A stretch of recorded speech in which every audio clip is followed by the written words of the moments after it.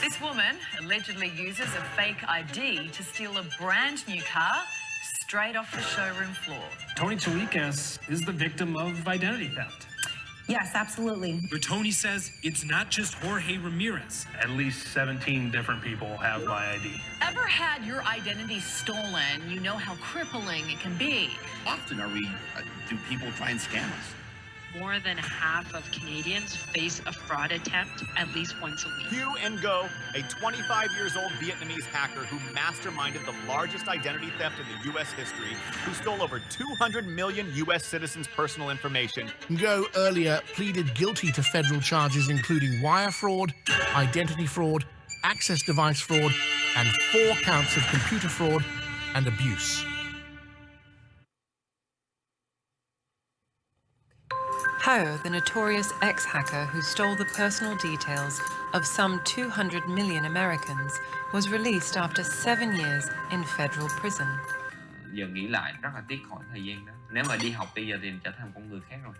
Có thể là làm được một cái công ty tập đoàn nào đó, hoặc là mình có thể tự ra mở một cái startup business nào đó. Hugh turned into a white hacker and now works at the state-run cybersecurity center in Ho Chi Minh City. Ước mơ của tôi hiện tại là được giúp được nhiều người tránh bị lừa đảo, càng nhiều càng tốt. Cho gia đình mình thì mình thấy hạnh phúc hơn ngày xưa rất là nhiều. Mặc dù cái số tiền rất là nhỏ, so với ngày xưa thì nó một trời một vực. Nhưng mà bây giờ để đổi lại lấy được cái sự bình yên.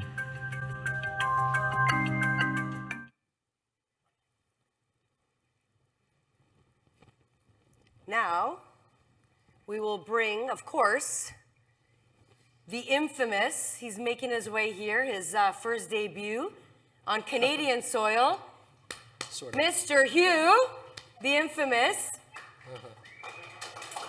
Hi, hello. And our hero, who didn't bring his cape today, but hello, guys. Mr. Matt O'Neill. Hey, Hugh. Hi, how are you? Good, bud. Hi. Awesome. We'll just back it up a little bit, Hugh. Awesome. All right. Good afternoon, everybody. What a story, right? But wait a minute, Matt. It didn't exactly happen the way it happened there. Timeline, something, right? Yeah, pretty much. Tricky, yeah. Because he was working still with cyber criminals at the time. Right. Yes?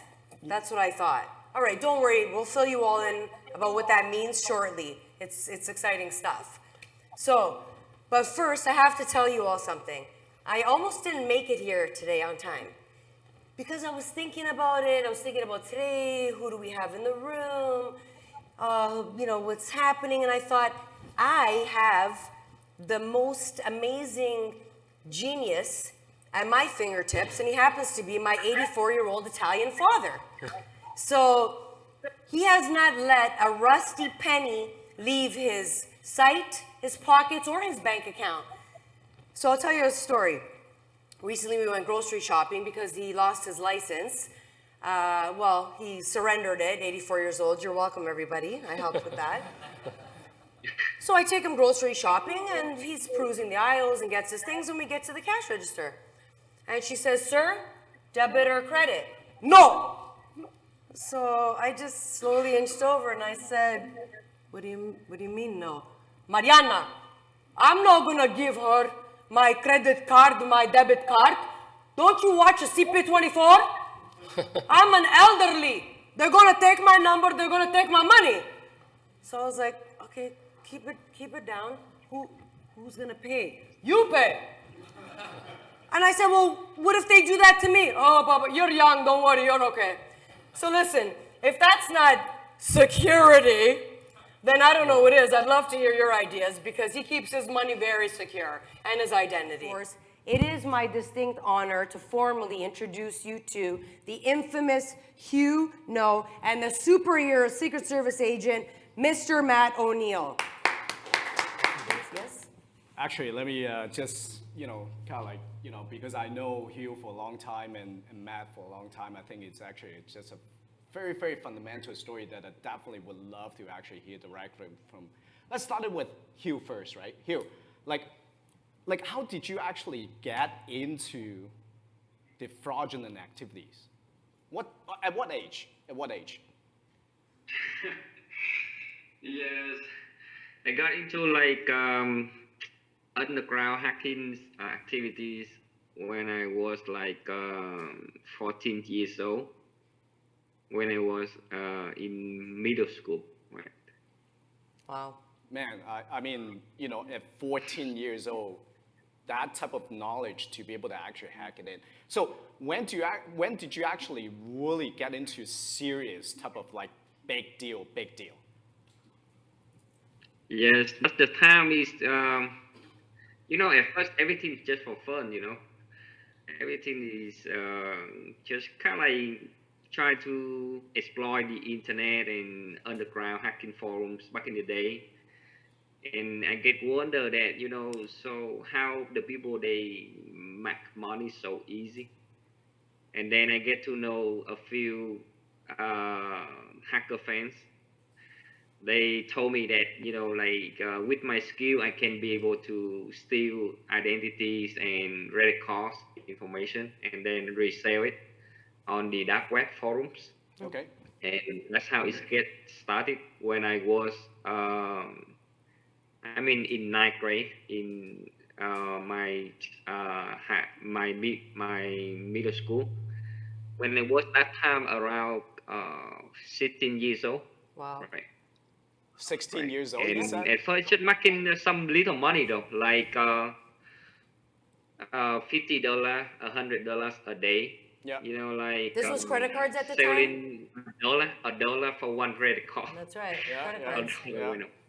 Damn, wow, that's crazy. So Matt, now how did you, you know, obviously you and Hugh went a very, very different path when you were young. I heard some interesting story when I was actually picking up, you know, Matt from the airport and stuff. But how did you get into the law enforcement and particularly U.S. Secret Service? Sure. So when I was in college, I was interested in sports broadcast television. And so I would work at an ABC affiliate doing 6 and 11 o'clock newscasts. I had no interest in law enforcement. My dad was an agent. He's watching right now. Hello. But it was not anything that was interesting to me. I liked live television sports. And so my first job out of college was at ESPN in Bristol, Connecticut in 1997.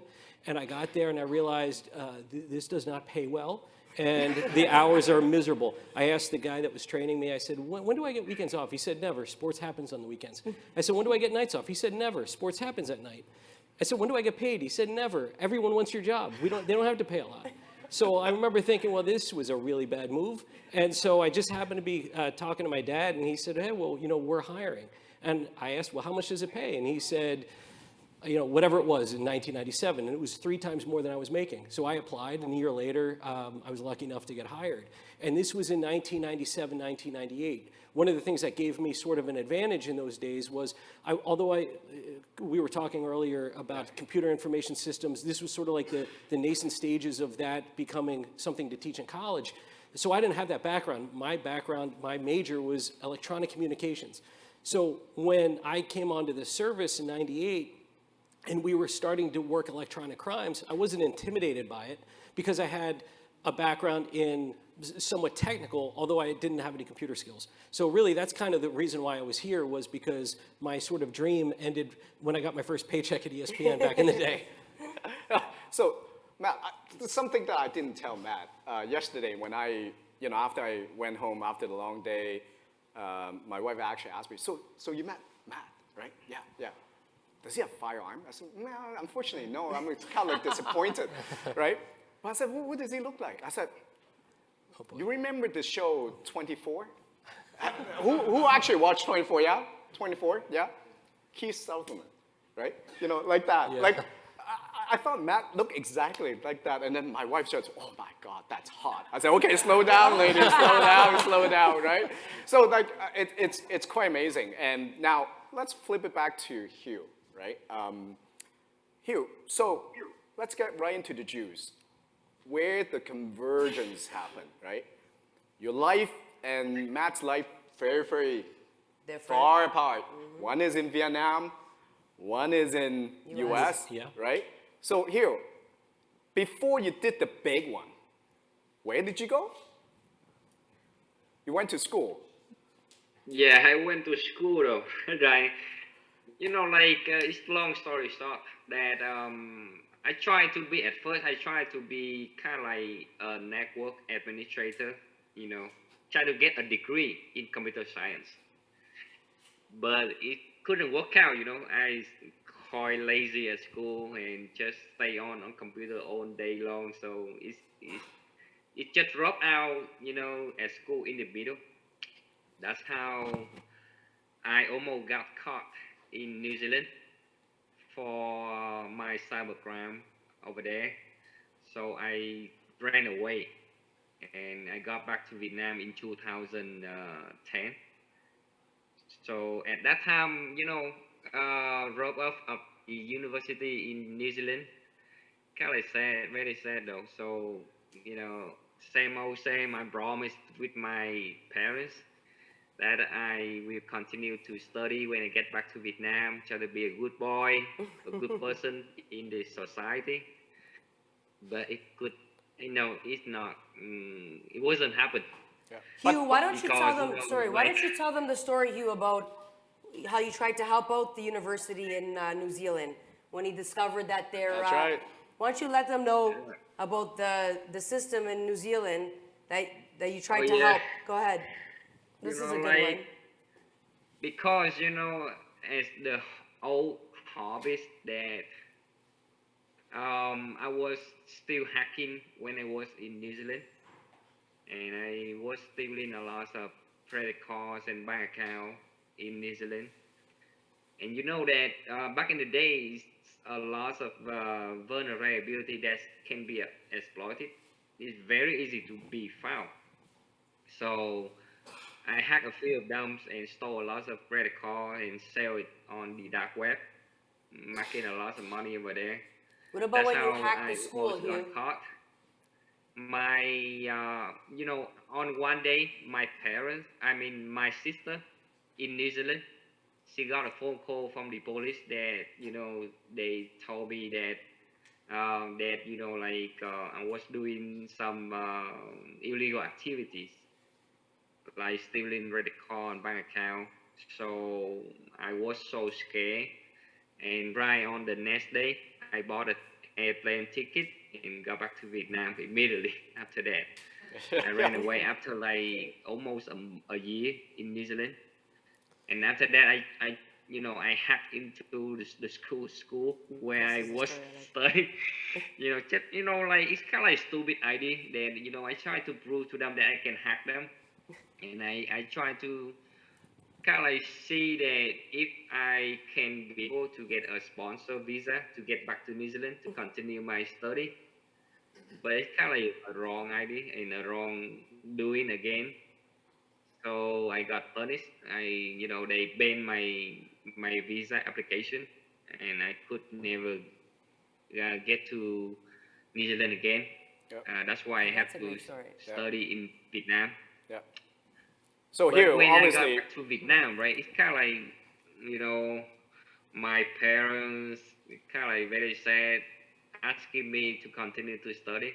So I got back to the school. So sorry to interrupt you. Another university. So sorry, 1 second here to interrupt. So basically, he did try to go legit and hack the school system, which he saw was very vulnerable, and thought, if I show them that they're vulnerable and they need me, then perhaps they'll keep me and I can get my degree, make my parents proud, and help them.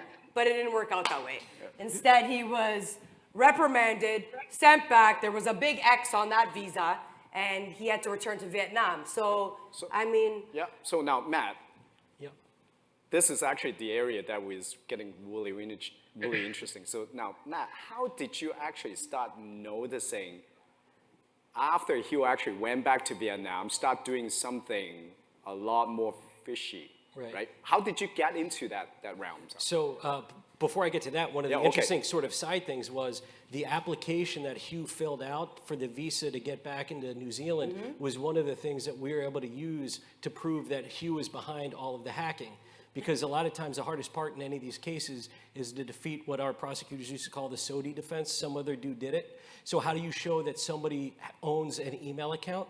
well, it helps when they have applications for visas to another country in that email account. So I thank you for that. But so how I got onto this case was, as a matter of fact, it was just a news article. So Brian Krebs, who's a well-known security reporter in the States, well, actually around the world, wrote a story called "How Much Is Your Identity Worth?" And he did basically a profile on Hugh's website, which at the time was called superget.info. And it kind of worked. The story talked about how you could buy PII online and how much it costs and things like that. And I simply read that article and I called our prosecutors and I said, I think we have a case. I had really, really good federal prosecutors, both at Department of Justice, CSIPs, and at the U.S. Attorney's Office in the District in New Hampshire that were aggressive and they were interested in taking the hard to solve cases. And so we simply opened up a case just based on that story. The hard part in the States is it's very easy to charge credit card fraud. So for example, there's specific statutes. If Hugh is selling 10 social security or credit card numbers, there's a specific statute, 18 U.S.C. 1029. We can charge him all day long. With PII, it's a little different. It's not necessarily illegal. He could sell 1 million social security numbers, but we have to show that the person that is selling it, Hugh, knew that the person buying it, me in an undercover capacity, was going to use it to commit fraud. So that's where it became a little more difficult and quite frankly frustrating, because how ridiculous is that? You can sell millions of social security numbers and it's not necessarily a crime. But anyway, so that was kind of how the case started. Soon as Brian Krebs wrote the story, Hugh changed the domain name from superget.info to findget.me, which I did. Which I thought somewhat ironic. That wasn't a good name. We have to work on the names next time. It's okay. Those days are done, Hugh. Those days are done. Yeah. So it took a while. These are very laborious cases where you have to show that, again, the SOTI defense, and a lot of times it is through legal process. So I communicated with Hugh through an undercover email address. I told him, hey, I'm using this for fraud, basically. He replied. That gave us probable cause to get a search warrant. Fortunately for us, he was using a Gmail account, so we sent a search warrant to Gmail. We did about 14, 15 search warrants over the course of this case. I personally reviewed about 40,000 emails. Talking about AI, that was one by one by one. And until my eyes, yes. Yeah. The man was prolific in his emails. So it was going through those emails that helped develop, because here was the challenge. We knew his website was connected to a site that had basically credit header data of all Americans, 200 some million Americans. But we didn't know the back end. So he was hosting his website in, I don't know if you knew this, but it was in Nevada. So we did Nevada. So we did a search warrant and we got some information, but at that time we didn't know where the data was coming from. So it made no sense to shut down we could have shut down the domain, in a minute. The problem is he would have all he had to do was send an email to all of his customers, and then he pops back up on another domain. So that doesn't really solve anything. So we wanted to find out where the data came from. And it was in those 40,000 emails where I found that Hugh had asked somebody who I don't think I've ever asked you. Was he just a money launderer? You asked somebody to send like 18,000 Investigation's ongoing. to Court Ventures, right? It was like 18,000. Yeah. And I saw that email. I said, why is this guy, and at the time I knew it was Hugh, why is Hugh sending $18,000 to a U.S. company? Well, it turns out that they had been purchased by Experian the year before. So it took, once we saw that email, it happened on a Friday evening, I was in my office. I called Experian, and then that's when we knew, but it was about a year into the case that we knew that where he was getting that piece of data from. But like that's just fast. Now, having said that, the investigation get deeper and deeper now. So it's getting into the realms that you are ready to. Right. Yeah. Look at Hugh. Yeah. So okay. He's like, right. Thanks, Thomas, for reminding me. So Hugh, I can't know the story from Matt's perspective. Now, Hugh, tell me your side. So what's going on, and then, like, when you actually get into being caught in the U.S. territory, like, tell me your side of the story, and then I'll actually get Matt to tell him his side of the story, because I think I want to reverse a little bit on this one. Hugh, go ahead. Yeah. Like, kind of like, long story short, though, like, basically, I got back to Vietnam, right? Yep. And doing the same thing. And that's how the moment I talked with a few friends in a coffee shop talking about PIA, US identity, and we talk about credit card, bank account. And I told them, like I don't want to touch the credit card and bank account anymore because I almost got caught in New Zealand. That's why I told them, I have to look for another way that could be easier and maybe more, safer for me. That's how I looking for a lot of different data broker vendors, similar like Code Venture, MyReview, and Locate Plus, and many different companies like that. Yep. And I hacked into a few of them. But the thing is, when I hack into a few of them like that, I find out that if I use this information to sell it, it's so easy, right? And I see that it's just numbers. At the beginning, to be honest, I see these PIA, it's just numbers and information.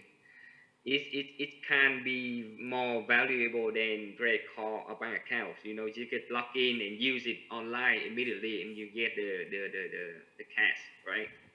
But with PII, that's how I come up with an idea that to build up a website to use all the stolen data that I got from my hacking into this company, and then I resell that.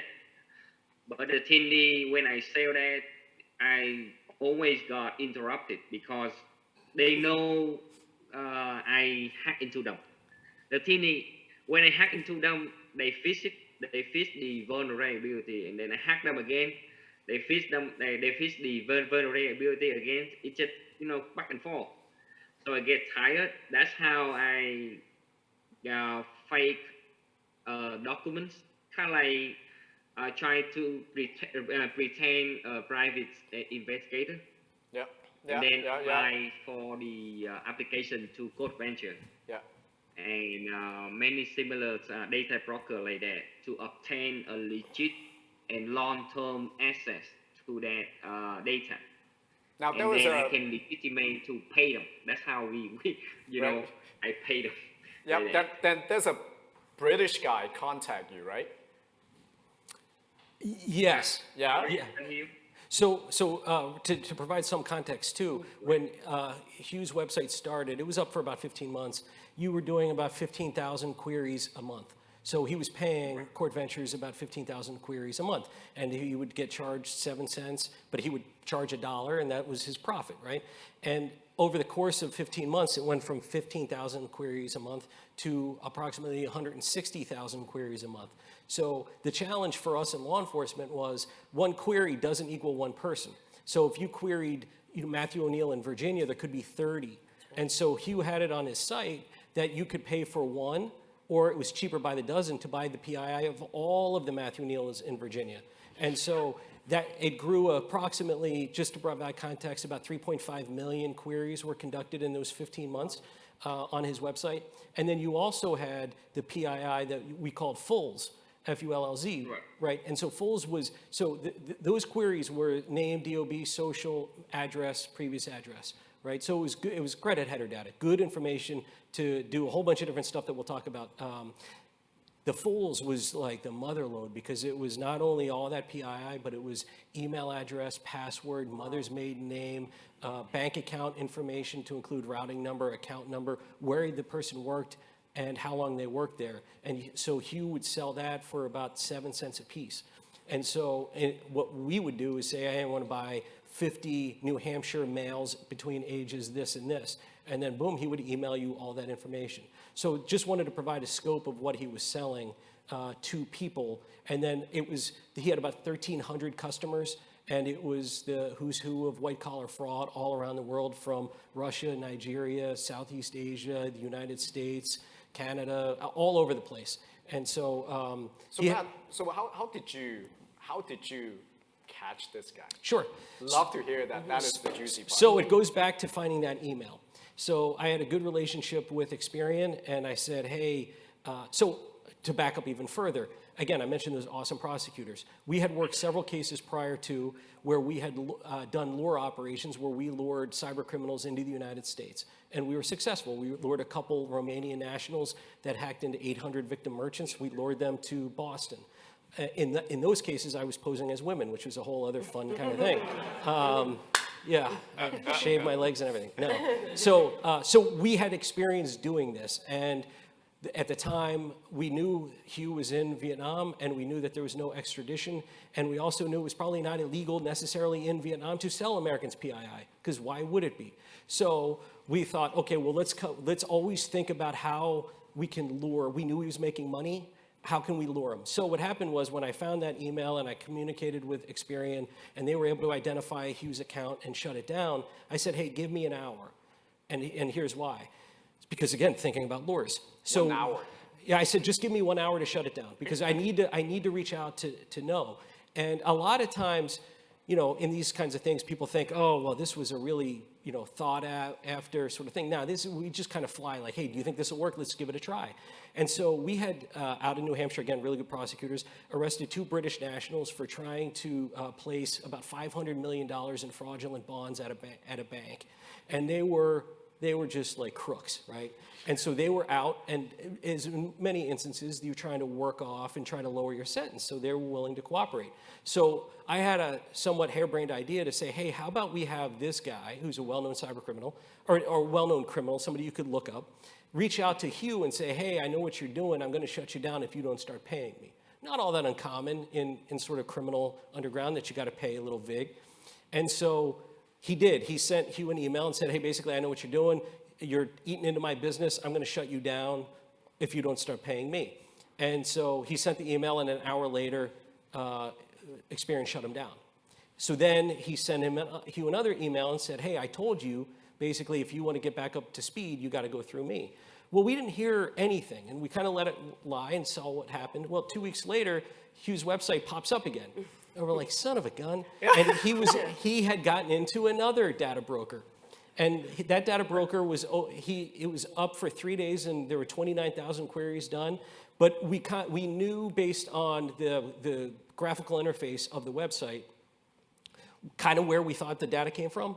And so we reached out to that company as well, and they're sure as hell, yes, Mr. No, the private investigator out of Singapore that's doing background checks of 30,000 people a day in the United States. So who would have thought that was legit? So anyway, we did the same thing. We said, hey, give me an hour. So reached back out to my guy who happened to be in the UK and said, hey, send him another email. Tell him we know you're doing this. We're going to shut you down again. Same scenario played out, then shut him down. So that caught Hugh's attention because now we shut him down twice. We tried to make it seem like this guy is like a quote unquote Mr. Big in the underground. And it caught Hugh's attention. And then we started having conversations saying, hey, you want to get back in? I can get you unfettered, discrete access, durable to data, but we have to meet somewhere. I don't trust you, So it took, 2 months or something to kind of figure out where we could meet. We came up with this cockamamie story that the guy worked for a publicly traded company and he had to disclose when he left the United States. So therefore, the closest he could get to Hugh was Guam. And I don't know if you remember that, but that's the reason why we chose Guam. And so then, so the idea was Hugh was going to come to meet with this person, sign an agreement, and then do a handshake deal to get unfettered access to PII. So here, at that point, when you get shut down, and then next thing there's a British guy with zero British accents email to you. What were you thinking? Why did you even leave the country? You know why? Because it's all about money. At the end of the day, at first, I was kind of on top, of the mountain, and then I don't want to get out of that, making a lot of money, up to more than 100,000 a month, and then drop out to a few thousand a month. 100,000 a month. I'm in the wrong business, that's for sure. Yeah. That's how that's when the greediness happened, and I got arrested. Yeah, yeah. But Matt, you And, worked him. I mean, you had to develop that yeah. trust, build that trust. Yeah. Because Yeah. you know, like when the money blind my eyes, is I couldn't see anything. You know, just chasing the money. That's Yeah. all I was doing it at that time. You know. Okay. And now then to Matt. To add more information, right? To Matt just mentioned about my case, that technically, you know, before I was doing something, basically in my cybercrime activities, I was repairing a lot of different planes, plane A, plane B, and plane C. But all my planes failed. That's how I got caught. Yeah. I got plane A. Plane A is the code venture database. Plane B is the other database, but later on it also got shut down and got fired out. And plane C is to manually searching the PII. Because at that time I still got an account and still be able to search for the PII. I mean, search for the identity manually through a web interface. But then, you know, like, couldn't catch up with the money, with the amount of money that I was making a month before that. And to search by hands is so hustle, you know, too much hustle. Yeah. Well, you know That's that all how, too you well, know, right? like, 40,000 emails? Yeah. When I got an email about, you know, that guy told me, you know, he can help me out to connect with a stable database vendor that can help me to get connect to US database and also UK database. Yes. And I so excited, and you know, at that time I remember I also told my parents that I want to be a legit businessman. And when I want to be a legit businessman, and I don't want to live with my past anymore, you know, I want to be a new person. And I told my parents, just let me try this time. I want to see what's going on. And that's it. That airplane got me at least landed to prison for almost 7 years. Yeah. Wow. So now, after Hugh got caught, if you actually still remember the introduction video that we kind of faked the news reporting. Yeah. But Matt, that didn't happen. No. No. No, right? Why is that? Well, because the nice thing about lures is when you've been lured, it's been our experience, once you get arrested, you're going to cooperate. Because what are you going to say? You can't say somebody else did it. You're the one there. And so in this instance, and like others, Hugh was cooperative from the beginning.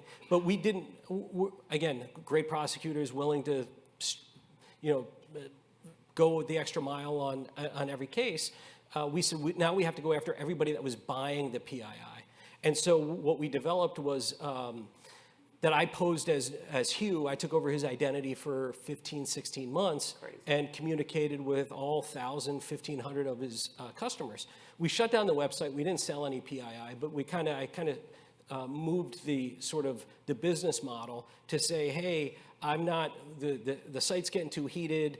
The Krebs article, I'm not doing that anymore. If you're interested, because people would email Hugh's email at, hey, where are you? I need to buy XYZ.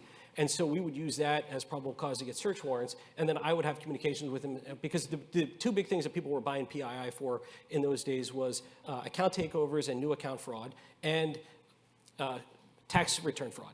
And so I would even, and it was typically one or the other. So I would ask them, hey, what are you doing with the data? Because if it's for credit card fraud, I will sell it to you for X. If it's tax return fraud, I will sell it to you for Y. And they would tell me, which would be probable cause to arrest them.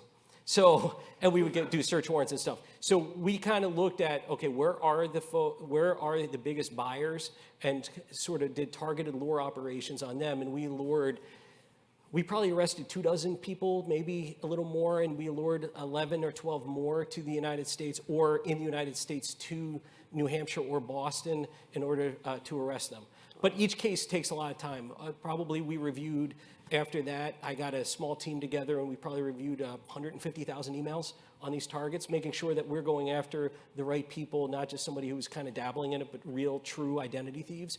And it was fascinating to us because we would then arrest them and then debrief them, and then they would tell us stuff that we didn't know about. Okay, this one guy had 1,500 credit reports in his email inbox. What do you do with it? And then he would tell us. So it kind of helped inform us, and that's kind of how we get our best information as law enforcement, is to arrest people and then let them tell us, what are you doing with this? And then we can go and talk to our partners in private sector and say, hey, you might want to harden up on X, Y, and Z. And when they say why, we say, well, the criminals are telling us. And so that's what we did. So now, the life converged, right, between Matt and Hugh. Now, one thing that is really, really touching me when I actually first met Hugh, I think one of the people that he actually talked the most about is actually Matt. He even actually, like, I don't think there's that much of a difference in terms of age group, like probably 10, 15 years-ish. Right. But having said that, he actually mentioned something to me that really, really shook my mind. It's, he actually treated Matt almost like a father figure, maybe like closer to brother. I think what you have done for him when he was in jail, like, it's something that really truly changed his life. Now, before I get to that, Hugh, so in the prison, you actually told me that obviously you actually got moved around with different federal prison and stuff, and I think Matt actually specifically want to pick some of the federal prisoners not too gruesome. And now, Hugh, what happened in the prison when you met some of the guards, you heard some of the story about what you have done? Tell us a bit more about that. Yeah, that story kind of like touched me a lot. Basically, like it kind of in the middle of night, because the guard, they told me that I have to back up my stuff, that I have to move to another prison. That's normally happen, you know, in every prison. So I packed up my stuff and I went to the office. And, you know, suddenly we're just talking, you know, chit chat, you know, just kill time and waiting for the bus to be moving. But after that, you know, she told me that, suddenly that she told me that a story that her friend lost her identity, and she couldn't afford to buy a house, a car, and even destroy her credit score. And, you know, it touched me because I told her that I was that kind of person selling identities to other people to abuse and to use that for malicious purposes. Yeah, that's amazing, because like most of the cyber criminals, they're actually behind the keyboard. They have never actually seen directly the people that they are hurting. And now Hugh, when he's in prison, he heard it firsthand what he has done to the people just by profiting from PII and stuff. Now, Matt, tell me a little bit more, like when you actually look at Hugh, but like why did he think that you are the father figures, and why do you think that he's like how different is it? Right. Well, first, to be clear, father figures don't have to pay for weddings in college. Oh. So that's good. Good one. Yeah. Let's get that clear. Hugh. So anyway, I already got 3 to pay for it. So that's I think a lot of it just becomes with empathy. So you learn early on in the job that you treat people with respect, no matter what they did. Their job is to commit crime. Our job is to catch them. I never really had a dog in the fight of what people were being sentenced. That wasn't my job. My job was to provide the evidence to the prosecutors and to get somebody convicted. But in doing so, I learned early on that if you treat people with the respect that you would hope for, that it's something that they would appreciate. And quite frankly, it makes our job a lot easier. This whole like sort of notion that you can intimidate somebody and convince that, like scare them. First of all, I look at me, I'm not gonna scare anybody. So that's not it. And quite frankly, I wasn't raised that way. You're raised to treat people well. And so, and that was just kind of what I was brought up in. And when I was working cases early on against really hardcore gang members in Connecticut and other places, always had a good rapport with them because, again, this was a business and nothing was quote unquote personal, and you just treated them well, making sure that they weren't taken advantage of while they were in custody. Now, in the Hugh's case, and like the folks that we lured from Romania, you have to have some empathy for somebody. I can't imagine going to a foreign country where I don't really speak the language and then finding myself in jail. I did have a scenario one time with me personally when I was doing an advance in Oman, and I found myself, whole other story, for a brief time in a jail. It was a driving thing, it was crazy. Anyway, I always look back to that and thought, boy, like that was, I knew that was, I was able to, but what if that was real? And so I've always had a lot of empathy for that because, quite frankly, you know, Hugh's got parents, he's got sisters, like everybody has a family. So you treat them well, and honestly, it makes my life a lot easier as an investigator if they're cooperative. They're not gonna be cooperative if you're mean, right? And if you're nasty and you're threatening, they're gonna be cooperative if you treat them with respect and you're nice, and you lay out your case and say, this is what you did, this is how we know you did it, and getting them to confess, you know, in a lawful manner is important to a case because nobody wants to go to trial because the manpower and time constraints that those require, we can't go after anybody else. And so for me, it's one, how you're raised and that you should always treat people well, but also because the sort of the nature of the business requires you to try to get them to develop rapport. They teach you that in day one of the academy is develop rapport. Well, you can't fake it, right? So yeah. So yeah. Do you think that, you know, obviously, you know, for Hugh's perspective, he's a reformed fraudster right now. Right. Hugh, correct me if I'm wrong. You were helping the Vietnamese government to tackle the cybercriminal, financial fraud and stuff. Now, Matt, what do you think? Like, truly reform? Yeah, of course. Yeah, no, I think that, you know, while it doesn't happen often, we've seen enough instances where people have changed their life, whether it's publicly like Hugh, or if they become sources for the government, or they you know, go on into, you know, whether it's cyber threat intelligence fields. There's a lot of examples. And, you know, when you're somebody like Hugh, who's young, smart, and know that you can make money legitimately, I don't have any doubt that like his experience and what he did, because he came over as, what were you, 22, 23, wow. Something like that, young, and that, you know, that's not somebody that's a hardened, you know, 35-year-old criminal. Yeah. That's Is that why you helped him? No, I would help anybody. I mean, that's just our, like help is you treat them with respect. You help. You don't want anything bad to happen to somebody. But did you know you had such a profound effect on him? No, not until, you know, later down the line. But you know, I think you know, it's gratifying to know that at the end result is something positive. And the worst thing that could happen is if he went into prison and then we treated him poorly and he got treated poorly and then he came out. I don't want this guy, I don't want to have to go after him again. I got lucky once, right? So, you know, you knock down Tyson once, you're not going to knock him down twice. And I don't, you know, so. Yeah. Now, thank you very much. It's amazing, and we love to actually hear more about this story. It's detailed. It's amazing. Yeah, and particularly next time when I hit up with Matt, I want to hear more about Trump. I want to hear about more Biden, all this juicy story, and also Hugh, thank you very much for my pleasure.